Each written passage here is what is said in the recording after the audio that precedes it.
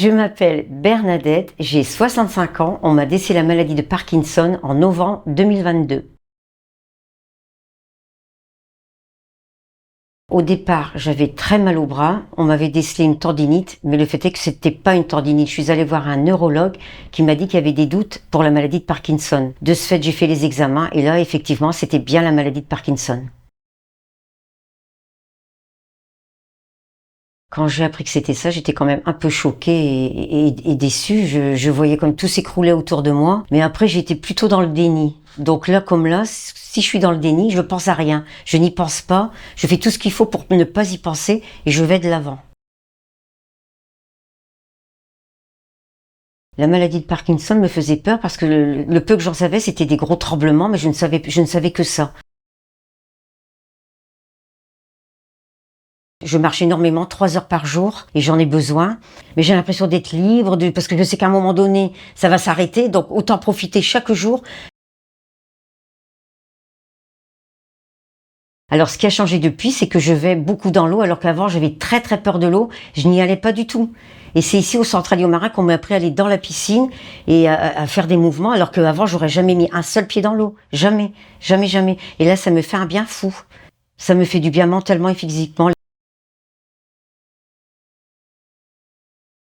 J'ai entendu parler du groupe Parkinson avec mon neurologue qui m'a proposé de faire ce stage à Alio-Marin. Donc j'ai accepté tout de suite et je suis allée dans un groupe formidable. J'ai fait plein de belles connaissances, plein de belles rencontres. On fait beaucoup d'exercices, de la marche nordique, de la piscine, du vélo, plein de choses, de l'écriture. On faisait des jeux de mémoire également. On se regroupait le mercredi, toutes les deux équipes. Et c'était vraiment formidable. Au départ, j'étais très craintive. Je me demandais sur quoi j'allais tomber, sur qui, sur quoi. Dès le premier jour, tout s'est très bien passé. J'avais hâte de revenir toutes les semaines pour voir toutes ces belles personnes en fait.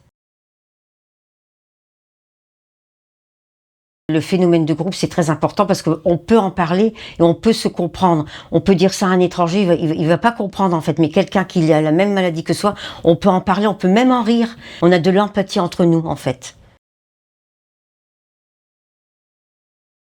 Quand je suis sortie, j'ai continué à faire du sport, bien sûr les médicaments c'est évident, et aussi la nutrition, de faire très attention à ce qu'on mange. J'ai fait aussi de la sophrologie, d'ailleurs j'ai acheté un petit galet, et ça fait des petits mouvements de respiration, ça c'est très bien la respiration. J'écoute aussi le mouvement de la mer, la forêt, le feu qui crépite dans la cheminée, tout ça me fait du bien, et c'est des petits parcours de 10 minutes comme ça, avec un galet que je mets aux oreilles avec des petits écouteurs, et ça me fait beaucoup de bien.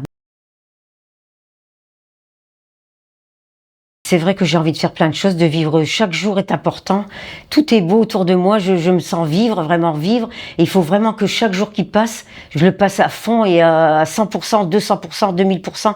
Parce que vraiment, ça vaut la peine de vivre chaque jour et de vivre plein de choses. Parce que quand on n'a rien, on pense à rien. Mais quand on a quelque chose de grave, là, tout se remet en question dans sa tête. Et là, chaque jour qui fait, on a envie de le vivre à fond, en fait. Je sors beaucoup, alors que d'habitude je ne sortais pas tellement. Même quand j'étais en pleine forme ou quoi, je sortais moins. Là, je sors beaucoup. Je vois beaucoup de choses. Je vais dans les forêts, je vais à la mer, je regarde partout.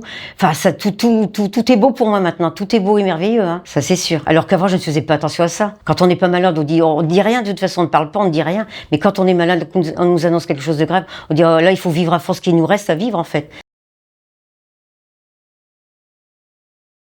À toi qui commence ce groupe, ne perds pas espoir. Ils sont là pour toi. Tu vas découvrir une vraie famille. Tu vas faire des progrès. Tu vas apprendre des choses. Tu vas prendre soin de toi et tu vas t'ouvrir l'esprit. Et surtout te motiver parce que rien n'est impossible. Il faut croire en toi et tu vas tout déchirer.